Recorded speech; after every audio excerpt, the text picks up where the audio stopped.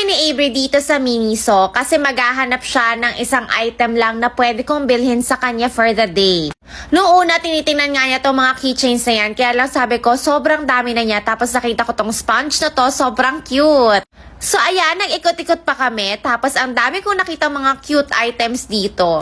Tingnan niyo tong mga clips na to, ang cute. Bet ko yung parang pastel niya, tapos bilog-bilog. Pati na rin to, perfect to kay Avery. Tapos nakakita rin ako dito ng cooling neck wrap. May different colors na available. Tapos ito nga si Avery, nakahanap na rin siya ng gusto niyang bilhin for the day. So ayan, dalawang set siya ng stickers.